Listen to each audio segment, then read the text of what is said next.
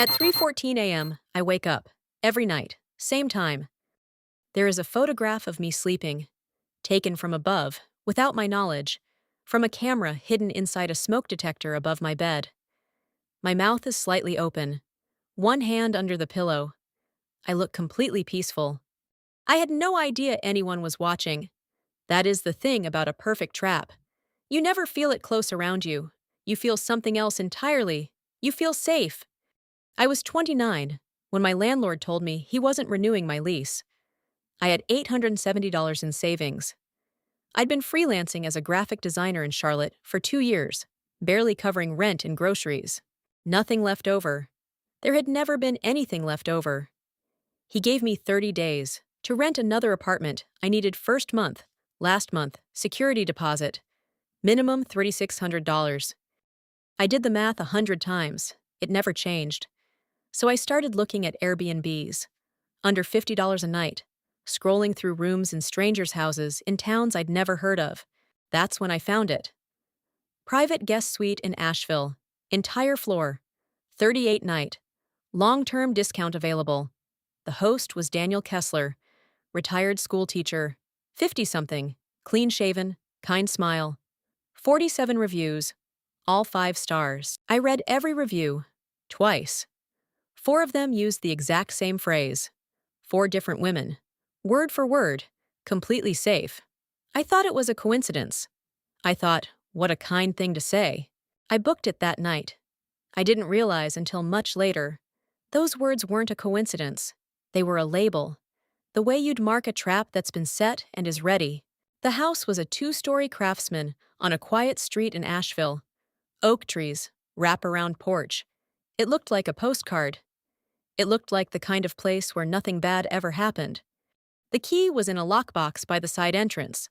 Code 4872. I descended a narrow staircase into the guest suite. On the kitchenette counter, a welcome basket. A handwritten note on cream cardstock. Welcome, Megan. There is tea in the cabinet, wine in the fridge, fresh towels in the bathroom.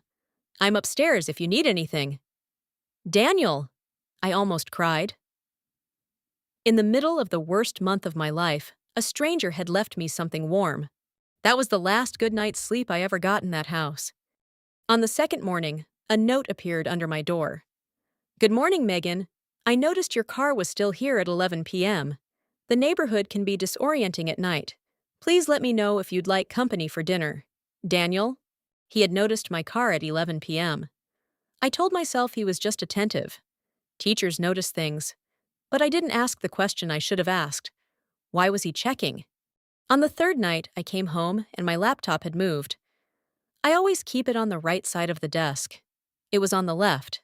The screen was warm. That night, I pressed a thin strip of tape across the laptop lid, barely visible. If someone opened it, the tape would peel off.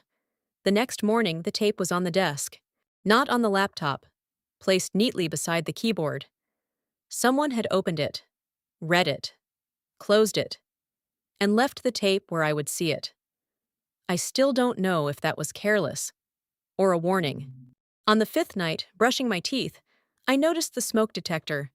A standard white disc on the ceiling, but there was a dot, a tiny black dot in the center of the LED indicator, not on the surface, behind the plastic. I stood on the toilet seat and leaned in close. It was a lens, a pinhole lens, smaller than a grain of rice. I got down. I stood there in the bathroom and I thought, how many nights has it been running? 5 nights. 5 nights. I didn't sleep. At 2 a.m., I heard footsteps in the hallway outside my door. The doorknob turned. A quarter rotation, stopped. 30 seconds of silence. Then the knob rotated back. The footsteps retreated, not toward the stairwell, but deeper, deeper into the basement. I hadn't known there was anything deeper in the basement. The next morning, I walked to the end of the hall. A locked door, keyed from the other side. No visible keyhole from where I stood. I pressed my ear against it. Cold, not ambient basement cold. The cold of something electronic running inside for a long time. I went back to my room and searched my phone. Hidden camera smoke detector. Results: $29.99 on Amazon. Motion activated, Wi-Fi enabled, live streaming to any device, anywhere in the world. He didn't need to be in the house to watch me. I should have left after the tape, after the footsteps, after the pinhole. But I had $870 and nowhere to go, and I kept telling myself I was overreacting. That's what desperation does. It makes you negotiate with your own fear. On the seventh night, I came home and the room had changed. The duvet folded like a hotel turn-down. A chocolate on the pillow. A new note on the counter.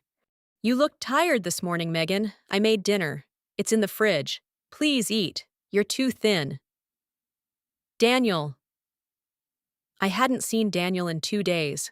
I'd been leaving before sunrise and returning after dark to avoid him. But he had seen me. I opened the fridge. Pasta in cling wrap. A glass of red wine beside it. I didn't touch it. I looked at the smoke detector. The pinhole was gone. He had replaced the unit while I was out, swapped it for a standard detector, removed the evidence. He knew I had found it. He had been watching me find it. I packed in 4 minutes. Everything. Grabbed my keys. I stepped into the hallway. The door at the end of the hall, the locked door, was open. 3 inches. Dark inside. Every instinct said, "Go up the stairs. Get out. Don't look." I looked.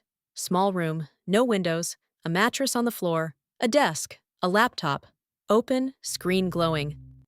And on the desk, a stack of photographs, printed, dozens of them. I picked one up. It was me, sleeping, taken from above, my mouth slightly open, one hand under the pillow. Timestamp 3:14 a.m. I picked up another.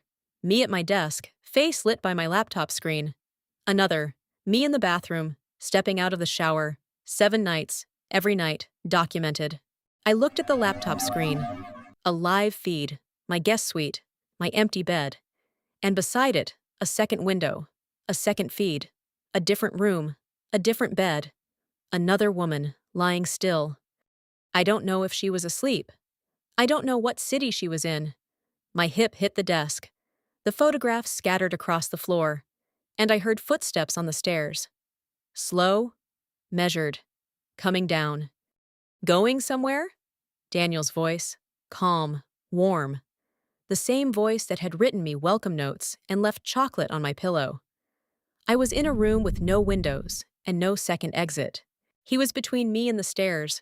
I grabbed the laptop, ran back to the guest suite, slammed the door, locked it, a flimsy privacy lock, the kind you open with a coin. I called 911, dropped the phone twice, said, "Someone's been watching me. He's outside my door. Please come." I pressed my back against the wall. Daniel didn't knock, didn't try the handle. He just stood on the other side, breathing, slow, even, patient, like someone who had done this before, like someone who knew exactly how long 6 minutes takes. When the officers came down the stairs, the hallway was empty. Daniel was gone. Daniel Kessler wasn't his real name. The house was rented under a corporate LLC, registered to a P.O. box in Atlanta. The smoke detector was a commercial hidden camera, live streaming to the laptop in the back room. The Asheville police connected him to 4 other reports across 3 states. Same method every time. Same persona. Same basement. Same camera. Every victim. A young woman traveling alone. Everyone financially desperate enough to book the cheapest listing she could find. They never found him. The photographs from the cloud were never recovered. The laptop had been wiped remotely before the police could access it. Whatever he recorded, of me, of the others, is still out there, somewhere. The woman on the second feed. The detective told me they were working on identifying her. That was 14 months ago. I call every month. There has been no update. I can't use the word safe anymore without tasting metal. And at 3:14 a.m., I wake up in my mother's apartment and lie there in the dark, and I can feel it, that gaze, small, patient, watching from somewhere I will never find. And I hear his voice through a thin door. Going somewhere? He wasn't asking me. He was asking all of us, every woman who filtered by price, who read desperately instead of closely, who was $870 from homeless, and willing to believe a stranger's kindness was just kindness. He was asking all of us, and some of us never got the chance to answer.